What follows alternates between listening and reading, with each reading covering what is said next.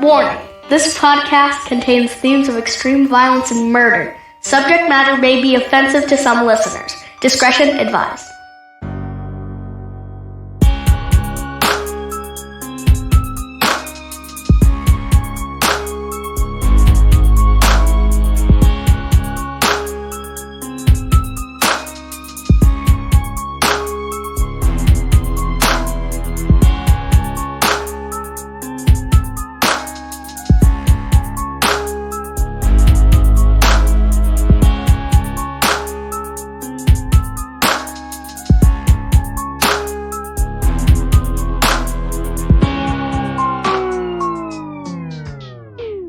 Welcome to another episode of Evil Transgression, your homicide headquarters here in podcasting.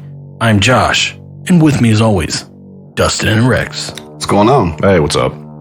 My back hurts. You're old. What'd you do? I'm getting old. Yeah, getting old. You're 40. I got one of those sciatic nerve problems, apparently, that runs down your back, through your butt cheek, all the way down the back of your leg. One of those. Uh-huh. It's not fun at night when you lay down and you're like, your leg hurts and you feel like you have to move it. Like, Oh, yeah, that That doesn't sucks. sound fun at all. it's not. No. It's what sucks about getting old. Fat, old, old, Old and fat. old.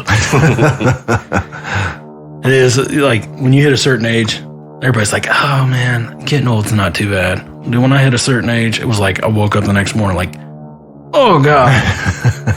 You roll out of Hurting bed. everywhere. Yeah. 40's the new 20. Like I feel like somebody needs to help me out of bed in the morning. Like when my alarm goes off, I need somebody to come over to my bedside and hold my hands and lift me up. I mean, the only problem I ever have, and I don't know if it's because the lawnmower's handle is too low, so I'm kind of bent down, because I'm a giant, but my lower back will hurt after mowing. You ever have that problem? Oh, my lower back hurts for going to the fridge to get another pickle. See, I never... Josh's upper part of his back probably hurts because he's short, so he has to mow with his hands above his head.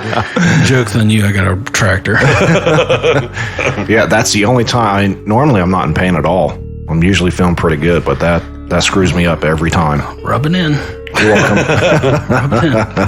Like when I hit 30, I got out of bed like, oh God, someone help me. Oh, no.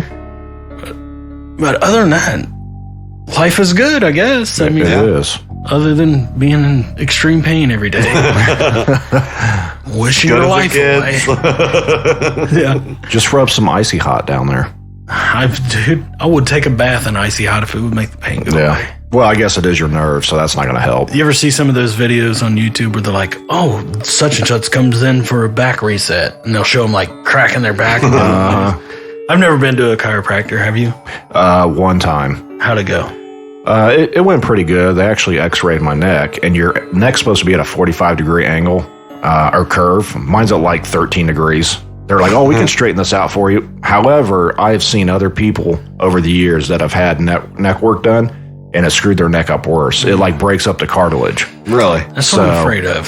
Yeah, so I stayed away from it. Because I see these people go in like they've got chronic pain, and then they put them on that table, and then like they yank their legs real hard. You hear this extremely loud crack, and they're like, "Oh, I don't have any pain anymore." It's like because you're paralyzed from the neck down. Hey, I saw a video like that the other day. It's crazy, man. But I've always thought about it like, man, maybe it will just be the relief. Try it. I mean, yeah, try. I mean, one time's not going to hurt you. I mean, If you do it- what's the worst? You have to carry me upstairs every time we come to record because my wheelchair won't come up it. Well, it'll actually end up being downstairs, so... Just toss me down. Yeah, I'll put one of those old people ramps. The chairs like this. Chair lift. Like this shit drives me up a wall. Literally. Alright, we got an interesting name again today. We do. Do we?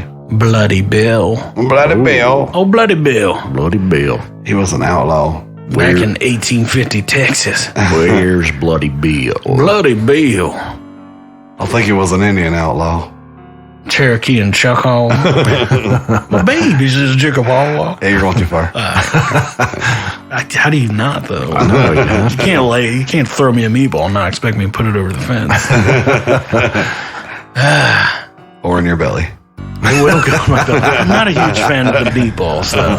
That reminds me of that Office episode where Jim kept pranking them by giving them meatballs. I don't know if you ever saw that. Him and Dwight and Stanley were splitting them up every day. Yeah. Oh, man, that's making me hungry. That and one of my favorites is when he trains Dwight with the Altoids. Oh, yeah. Hey, Dwight, want an Altoid? Or want a mint? Yeah. Every time the chime on the computer. Yeah, shutting it down. Yep. Hey, Dwight, you want an Altoid? Then he got him to the point where he was like, yeah, sure, I'll take it. And then he got to the point where the chime went off and Dwight stuck his hand out. Yeah, stuck his hand out. Dwight, what are you doing? He's like, why does my mouth taste weird right now? I love that show. I wish we were The Office. Instead, we are the evil transgression. Which is still great. That's right. And with that, buckle up, Evil Mob, as we discuss William Preston Longley. William Longley was born October 6th, 1851 in Austin County, Texas. William was one of 10 children born to Campbell and Sarah Longley. That is the typical cowboy family names. Campbell and Sarah. Like Sarah is like the go-to cowboy wife name. Yes. Yep. Man, that's a lot of kids too, though. Wow. 10 kids. Can you imagine having 10? Nah, me neither. Not today. I've seen it. I mean, I've actually seen a few with 6 or 7. Yeah. But it's rare. I'll stick with 2. Right. When William was 2 years old, Campbell and Sarah moved the family to a farm in Old Evergreen, Texas. William spent all of his childhood on the farm, learning to shoot and spending time with all of his siblings. There was a lot of them. But that's like what you do as a child in 1850 Texas. Learn to shoot on the farm. Yep. I feel like with 10 other siblings, you could like never get tired of your siblings. Because like you could be like, I haven't hung out. You could get tired of them. You'd be like, man, I haven't hung out with you in like 6 months. What's up? Let's go shoot on the farm. Run in the field, see if you can catch his bullet. William would grow to be a tall but skinny man, standing 6 feet tall with a pretty skinny build. William became an adult right as the Civil War ended in 1865. It's a good time to finally become an adult. Yeah. After it's over, right. By 1867, Texas was under the control of the military, including enforcing the laws on citizens. That caused the people of Texas, including William, to rebel and act out. William began drinking daily and hanging out with a rough crowd. That's not good.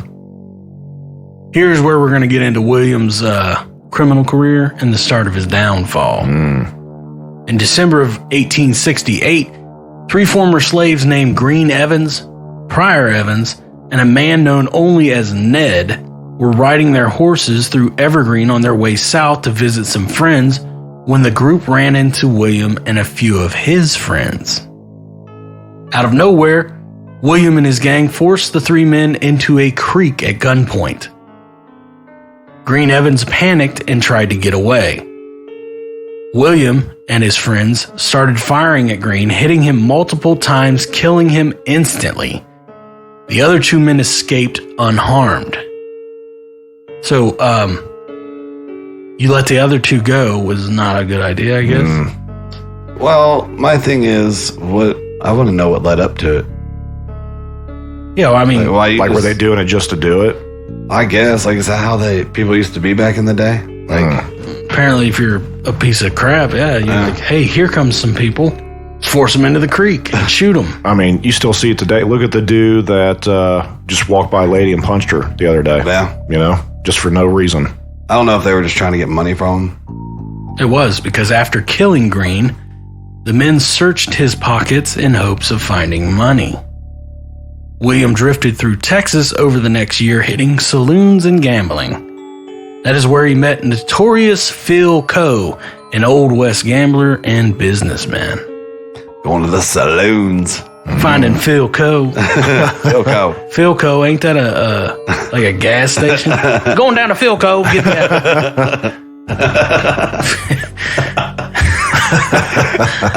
Phil Coe. It sounds like it, doesn't it? Yeah, it does. Shortly after, William and his brother-in-law would go on a crime spree throughout southern Texas where they would rob and murder. William would quickly leave Texas to avoid the authorities. I think that was what you're supposed to do, old Willie. Mm-hmm. Yes. Bloody Bill. Bloody Bill. I wonder if Phil Coe went with him. Phil Coe. William would join the gold hunting party in Cheyenne, Wyoming. After his short stint with gold mining, William quit and joined the U.S. Cavalry unit. So you went from being a piece of garbage human to wanting to join the U.S. Cavalry. Yeah, but see, he still hasn't been in trouble for killing the previous person. Yeah, true. So they don't even know. Right. While in the cavalry, William lasted a whopping 2 weeks and then left without them knowing. Sounds about right. He would eventually be caught and sentenced to 2 years hard labor. You got 2 years hard labor for just bailing out on the U.S. Cavalry. Yeah. That's the way it should be. Like, yeah. You going to leave? Now you going to pick rocks. Yep. I just picture like hard labor, and in those times, like they got a pickaxe and they're just like knocking rocks. They're chained together, and That's actually what it said, was that they were chained. Oh, no kidding. Chain gang. Yeah. And picking rocks. I don't know what they were doing. I mean, it's Wild West. What else would they be doing? I don't know. I don't know what they did in the Wild West. Although I did watch Back to the Future 3. Ooh, that's a classic. With the flying train. Yep. Is that what they was doing? He's building train tracks? Yeah. Probably. Either train tracks or picking rocks. Hey, I'm not going to lie. I've got that trilogy. That's how much I love those movies. They're on Netflix. They're classic. Mm-hmm. They are classics. After being released from the 2 years hard labor, William was forced back into the cavalry again, where he would desert it yet again. In February of 1873, William murdered another man in Bastrop County. After the murder, Sheriff J.J. Finney arrested William for the sole purpose of turning him in for the reward money. But when the sheriff went to turn him over, he was told there was no reward money anymore, so he released William. Oh, wow. How you do that? Like, as a sheriff, like, I'm a sheriff and you're under arrest for murder. I'm going to give me this $50. That's probably what it was, like, or it might have been like $500 reward, which was a lot back then. Right. That's crazy. Like, there is no reward money. He's like, I'm going to let him go. That would be me, though. Oh, yeah? Well, now you chase him down. Right. On March 31st, 1875, William murdered his childhood friend, Wilson Anderson, after being told by his uncle that he had killed his cousin. Ooh. That's a good old family affairs there. I know. You used to be my friend, Wilson. Did you kill my cousin? William was arrested and was acquitted of the murder. This guy seems to pretty much get away with everything. Like, wasn't enough evidence, apparently. Wow. In November of 1875, William would murder again. He killed his hunting partner after an argument that led to a fist fight. So, you're out hunting with your buddy, and you get in an argument. How does that go? Like, bet you I could hit that deer from 200 yards with this Winchester. Bet you can't. You got two left eyes. I'll punch you in the lips, William. Bet you won't. I'm gonna punch you right between your two left eyes. In January 1876, William tried to ambush a fellow outlaw named Lou Schroyer. A shootout ensued and William's horse was killed. He would return fire, killing Lou. After that murder, William tried to lay low, so he moved to East Texas, where he met his landlord, William R. Lay, and became a sharecropper. But like normal William can't keep himself out of trouble, he quickly became rivals with William R. Lay's nephew. William Longley beat the nephew up on multiple occasions and was sent to jail. Every time he was released, he would do something to land himself right back in. He loves going to the jailhouse. Apparently. Don't seem very smart, does he? Yeah. No. And in my mind, I'm picturing like an 1800s jailhouse that's just like, you know, they're in there with the cowboy boots, and he's like laying on the bed with his arms folded over him, and all that's in there's like one cell. Yeah. The sheriff sits at the desk, like smoking a cigar and spitting tobacco. On June 13th, 1876, William Longley left the farm he had been working on when he passed the landlord's nephew milking the cows. Well, he doesn't like this nephew too well. He quickly jumped off his horse and shot the man multiple times with his shotgun. Ooh. He really did not like his nephew. He did not.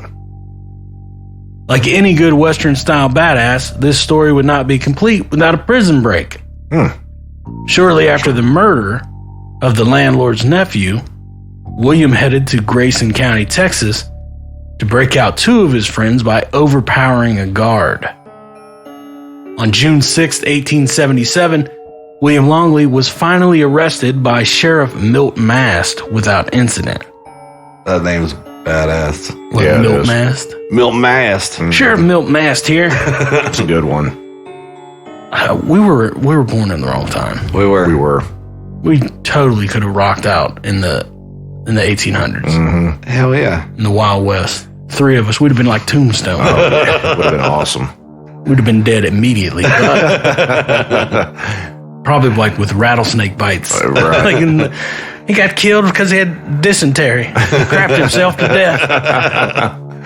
That's what you always died of in the Oregon Trail. Yeah. Made it all that way. Like, you're almost in Oregon. Oh, but you died of dysentery. Shouldn't have drank that water. Yep, I remember that. Tried to cross the gorge and your wheels fell off and broke up and lost all your supplies. Had to drink water and died of dysentery. Yep. That'd be us in the 1800s. But I like to think we'd be badasses, I think so. even though we wouldn't be, but Probably not. in my mind, we are. Yep. So William Longley was sent back to Lee County, Texas to face charges for killing Wilson Anderson. Wilson Anderson, if you remember, was the childhood friend Oh, right. that had killed his cousin. Killed his cousin. He was like, that's it, Wilson Anderson, you gonna die. Yeah. William was ultimately found guilty and sentenced to death. On October 11th, 1878, William was executed by hanging in Giddings, Texas. Over the years, there have been multiple made-up stories and hoaxes. But the one that takes the cake is there was a rumor that William was never executed and was living his life elsewhere.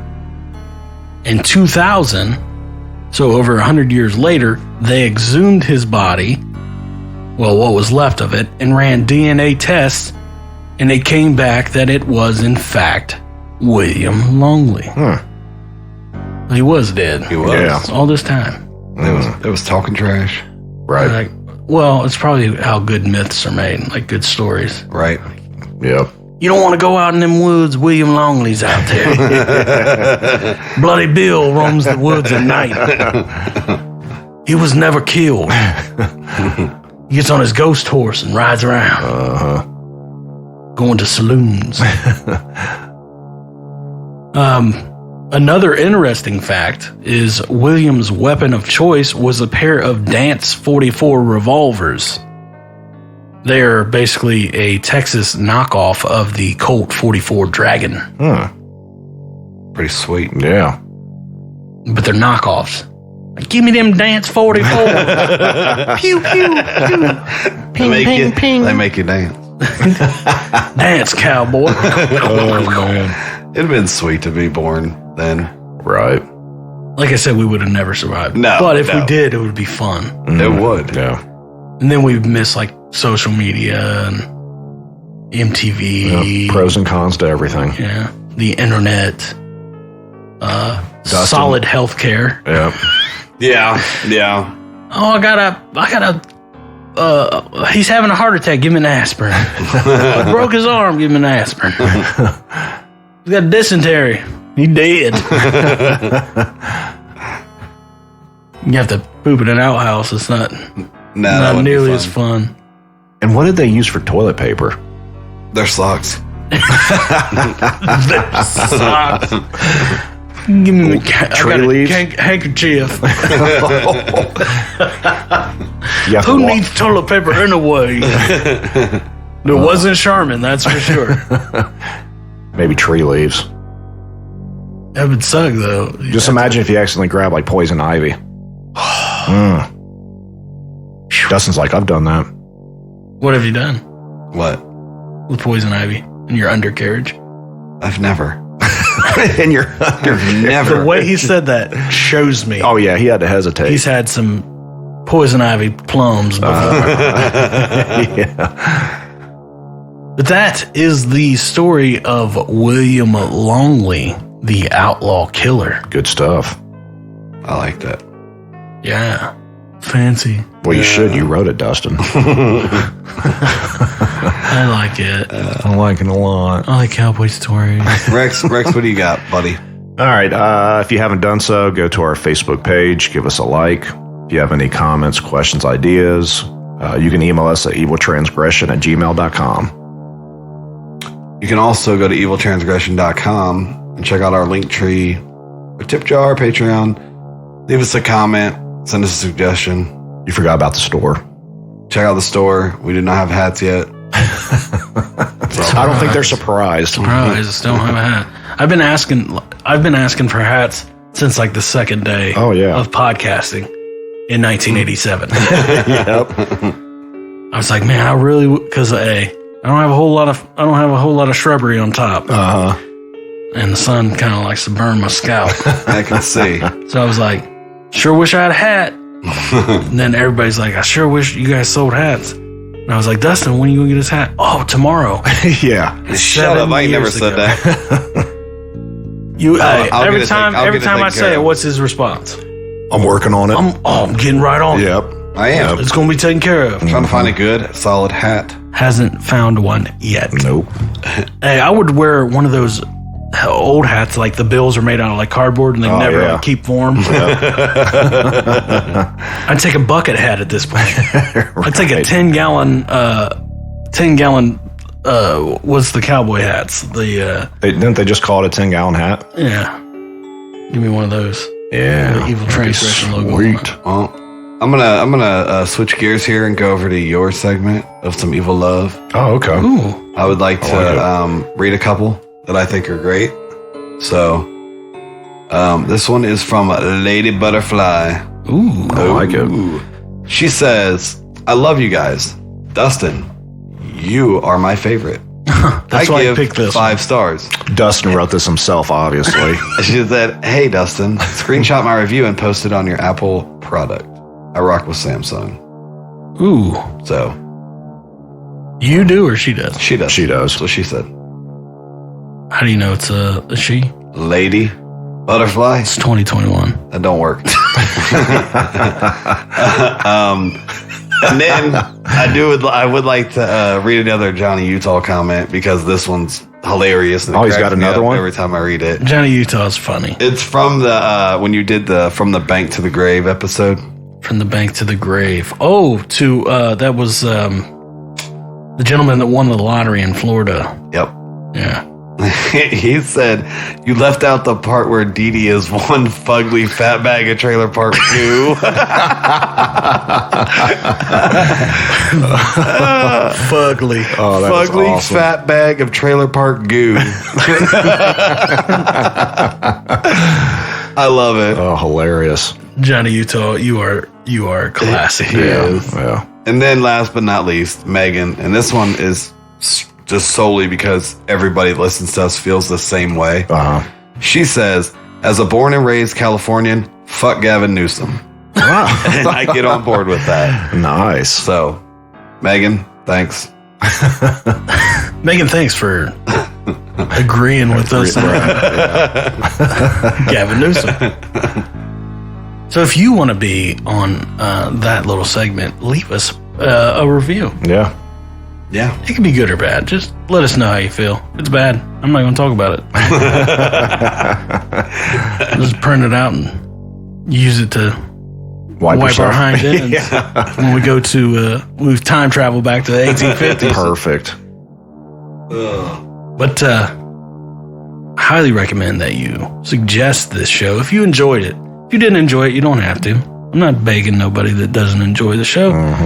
If you enjoy the show, please recommend us to your friends and family, your doctors, nurses, everyone you healthcare know. professions, truck drivers, like old Johnny Utah. Yep. And let them know that there's 3 amazing guys in your life That's right. that just make you giggle. Just give you the giggles. Yes. And we appreciate you. Get your Evil Transgression merch. Send us a pic of you in your merch. Because I'm working on this. I mean, I've got it in place, but I just need about 1 million more pictures of people with their transgression gear on. Yep. And I'm going to put it on like a little slideshow on the website. That'll be awesome. I got a few. I need a few hundred more. We'll get there. Send them. Send them in. Send Send us a message on the eviltransgression.com. Scroll down, boom, it's already there, a little form. Yep. Hit that click button and it goes right through. We actually have a question this week from one that I promised him that we would answer and never did. I thought we had answered it, and apparently we didn't, because he said, I listened and never heard it. And I was like, dude, I don't know what happened to it. He was like, well, I sent it to your email. And I looked in our email and it was all gone. It was all missing. Because Dustin deleted it. Yeah, I think Dustin did delete Wasn't it. me. But it was from Danny, who has been a real strong supporter of the show. Right. And he asked if we had ever thought about putting our podcast on YouTube as like the show version. Like us being recorded. Like a live video. Yeah. And I'll start by saying we are on YouTube, but it's just the audio version of our show. Right. Because we're ugly. Face for radio. I mean, we may do that eventually. It's just that's a whole different entity of our show where we would have to like wear pants. I think it would be something cool to maybe start out at first, like maybe as a Patreon only thing. And then if it works, then maybe do it.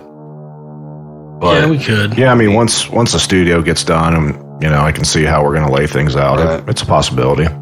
Well, I mean, a lot of editing goes into our audio versions of it Right. in itself. So with the video, it would be, again, more editing. Yeah. And right now, I don't even have that kind of software. So I need a software. Looks like another GoFundMe. Between the studio and video editing software, I need a GoFundMe. But I think it's something we might explore down the line. No, I'm not against it. Like I said, it would just change us having to wear pants when we were recording. Yep. But You have to take off the nipple clamps too. yeah, Dustin. sorry. So thanks, Danny, for the question. Yep, I thank you. apologize for not getting to it sooner, but it's all Dustin's fault. It always is. That is another thing that you guys can do is send us a question, and we will answer it on an episode. We will. With that being said, until next time, See ya. See ya. peace.